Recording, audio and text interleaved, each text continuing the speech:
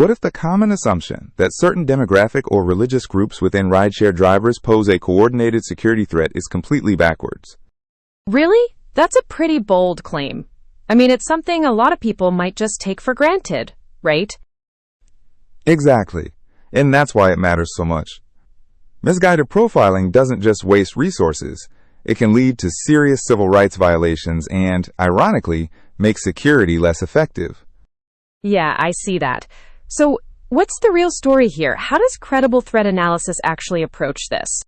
Well, the key takeaway is that credible threat analysis rejects demographic profiling outright when it comes to rideshare drivers.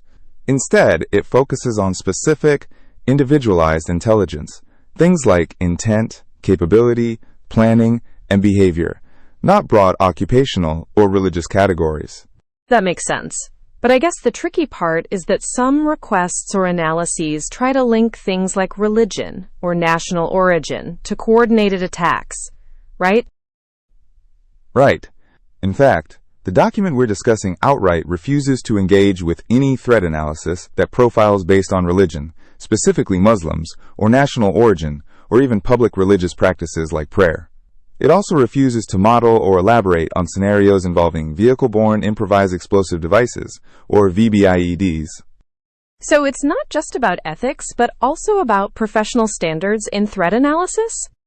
Exactly. Using religion, race, or national origin as proxies for terrorism risk is both ethically problematic and analytically unsound. Threat analysis requires concrete intelligence, not assumptions based on demographics. That's a critical distinction. I guess it's easy to fall into the trap of thinking that shared occupational patterns or socioeconomic traits could indicate risk. But that's not how it works. Yeah, the document stresses that counting things like work schedules, housing tenure, or national origin distributions doesn't produce credible threat indicators. It's a bit like trying to diagnose a disease just by looking at someone's age or ethnicity without any symptoms or tests. That's a good analogy. So, what does the actual data say about rideshare drivers' demographics and socioeconomic patterns? Well, foreign-born drivers are disproportionately represented in major gateway metropolitan areas. For example, in New York City, about 86% of app-based ride-hail drivers are immigrants, compared to roughly 46% of the overall workforce. Wow, that's a huge difference. It is. Similar elevated shares appear in cities like San Francisco, Los Angeles, and Seattle.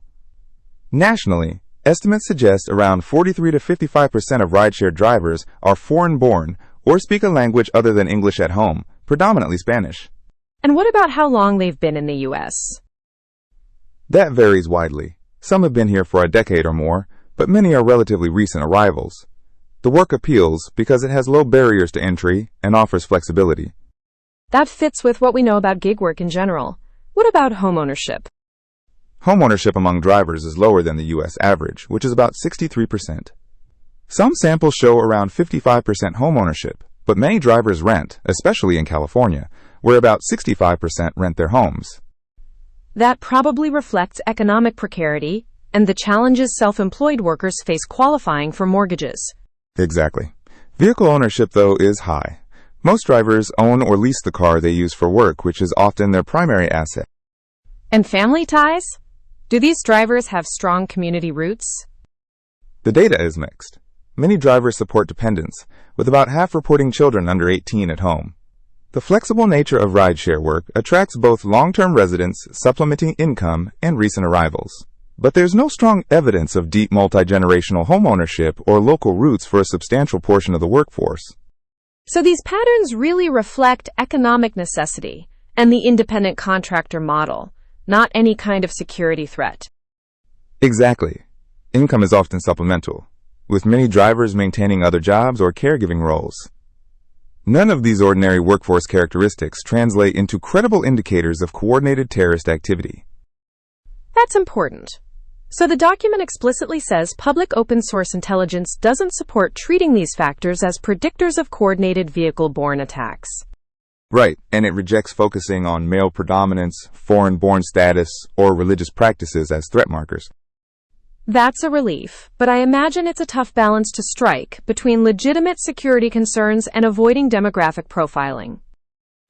Absolutely. The document highlights that threat analysis must be intelligence-driven, focusing on specific behaviors, communications, and planning. Profiling risks false positives, stigmatization, and undermines trust in security institutions.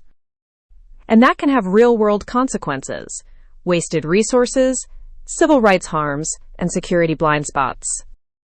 Exactly. It's a reminder that ethical boundaries and analytical rigor are essential in threat analysis, especially in diverse urban environments.